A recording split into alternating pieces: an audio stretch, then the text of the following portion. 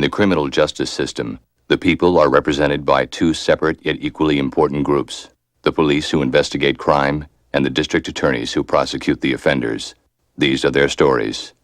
Well, not quite. But if those opening lines sound familiar to you, you're going to want to sit tight for today's episode. Law & Order is the seminal New York City crime drama that has aired on NBC for 24 seasons and counting. Known for shooting on location in New York, the show and its numerous spin-offs has starred actors like Jerry Orbach, Maura Tierney, Ice-T, and of course, Mariska Hargitay and Christopher Maloney.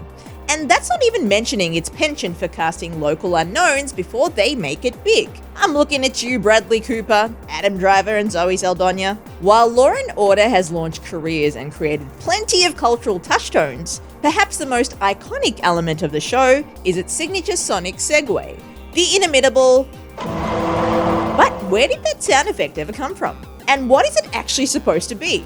As it turns out, the sound was originated by composer Mike Post for the show in the early 90s, at the request of show creator Dick Wolf, to be played during the title card shots of the scene transitions. In an interview with the Today Show, Post recounted the story. He called me and he said, "Hey, look, you know these cards?" I said, "Yeah, the location and the timestamp." He said, "I need a sound for it." I said, "Talk to sound effects."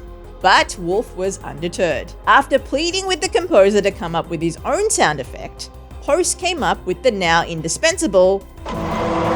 So what does that sound actually consist of?